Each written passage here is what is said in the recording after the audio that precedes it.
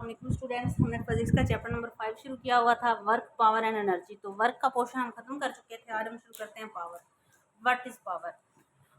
तो power basically हमारे पास क्या है? Power is the measure of the rate at which work is done. ठीक है, कि कितने टाइम में कितना काम हुआ है उसको हम क्या कहते हैं? पावर कहते हैं। The rate change of work done is called power. ठीक है, तो यहाँ पे आपके सामने इसका फॉर्मूला लिखा हुआ है, P average is equal to del W over del T. Del W का क्या मतलब है?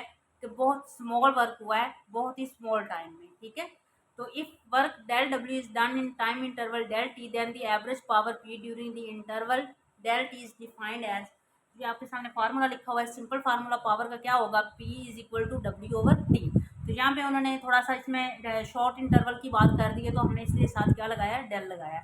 If work is expressed as a function of a time, अगर वर्क को हम टाइम का फंक्शन कंसीडर करते हैं तो इंस्टेंटेनियस पावर जो होगी हमारे पास, यानी कुछ समय के लिए, थोड़ी देर के लिए जो पावर होगी वो क्या होगी? लिमिट हम यहाँ पे लगा देंगे। जो टाइम है वो जीरो को अप्रोच कर रहा है, तो बाकी हमारे पास फॉर्मूला वैसे ही आ जाएगा, del W over del T, where del W is the work done in short interval of time following the time instant del T। ठीक है, तो जैसे ही हम यहाँ पे अभी जिस तरह से हमने इंस्टेंटेनियस वेलोसिटी, इंस्टेंटेनियस एक्सेलरेशन की बात की थी, यहाँ पे एवरेज पावर, एवरेज इंस्टेंटेनियस और पावर इंस्टेंटेनियस पावर की बात की गई है। तो इसका जो यूनिट होता है पावर का, हमारे पास जिस तरह से वर्क का यूनिट जाउल होगा, टाइम का यूनिट सेकंड होता है, तो हमारे पास ओवरऑल पावर का यूनिट जो आ जाएगा वो जाउल पर सेकंड आ जाएगा, जो कि किसके इक्वल है?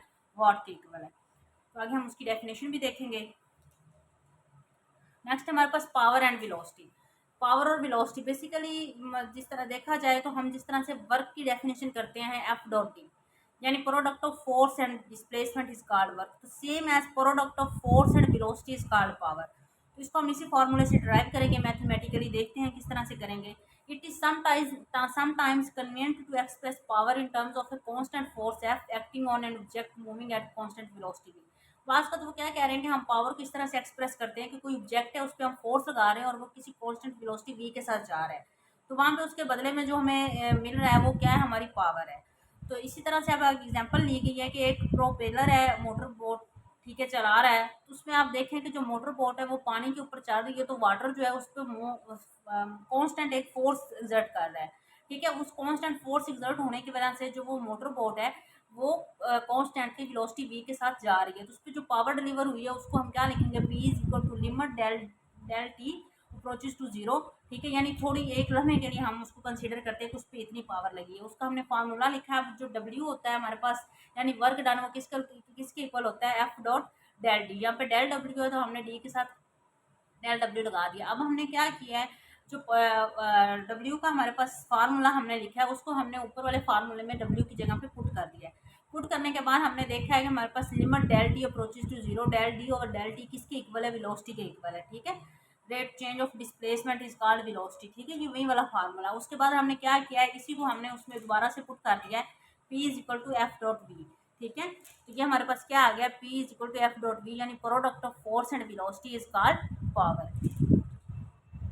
नेक्स्ट हमारे पास ऐसे यूनिट आ गया है। ठीक है, ऐसे यूनिट क्या है? वॉट है। वॉट की डेफिनेशन क्या है? 1 जॉल of work is done in 1 second, यानी 1 सेकंड में 1 जॉल अगर वर्क होगा तो पावर क्या होगी? 1 वाट होगी।